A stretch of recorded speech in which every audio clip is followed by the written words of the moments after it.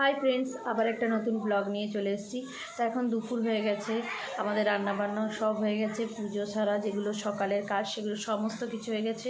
তো সারাদিন তোমাদের সাথে ব্লগটা শেষ করব, কী মানে শুরু করছি, সারাদিন কী করছি না করছি সব তোমাদের সাথে শেয়ার করছি। তো তোমরা সাথে থেকো।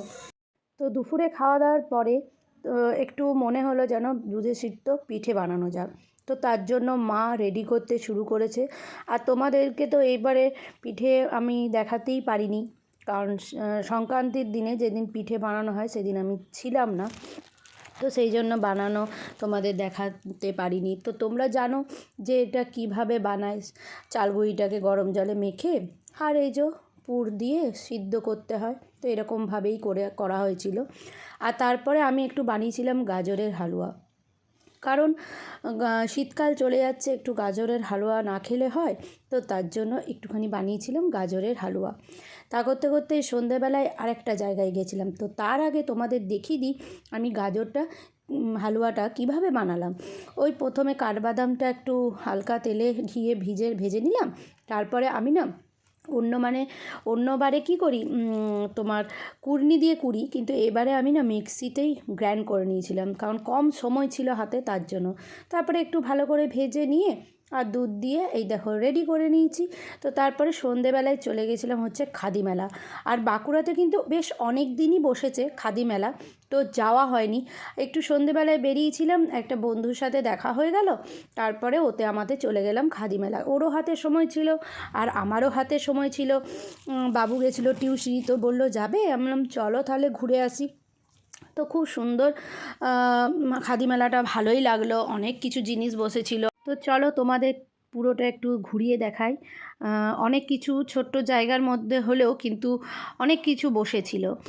আর ওখানে যে রাজস্থানের চুড়ি, এই যে মাটির হাঁড়ি, জলের বোতল, খাদি যে শাড়ি, শাল, অনেক কিছু বসেছিল।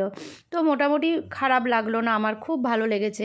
আরেকটা জিনিস আমার খুব ভালো লাগলো, এইগুলো দেখো, এগুলো সেই নারকেলের যে টাঠিটা হয় ওইগুলো দিয়ে কিন্তু বানিয়েছিল। তো খুব ভালো লাগলো দেখে যে বাহ, এত সুন্দর, মানুষের কত সুন্দর হাতের কাজ।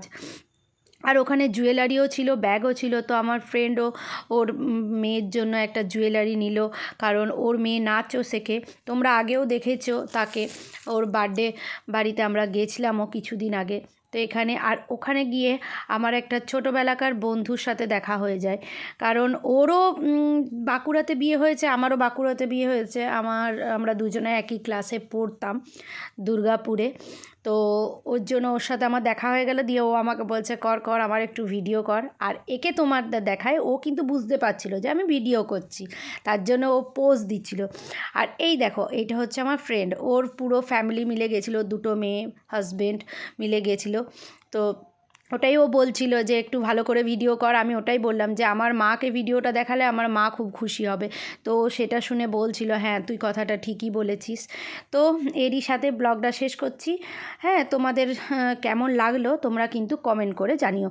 আর একটু দেখে নাও, আর একটু তোমাদের ঘুরিয়ে দেখিয়ে দিই, কারণ ওই চুড়িগুলো যেগুলো আছে, চুড়িগুলো আমার দারুণ লেগেছে। আমার একটা খুব পছন্দ হয়েছিল, কিন্তু আমার সাইজে পেলাম না। তো এবারে তারপর আমি বাড়ি চলে আসি ঘোরা হয়ে গেলে। এরই সাথে ব্লগটা শেষ করছি। তোমাদের যদি কিছু ভালো লেগে থাকে তোমরা লাইক, কমেন্ট, শেয়ার এবং সাবস্ক্রাইব করো। আর দেখতে থাকো ব্লগ উইথ লিলি।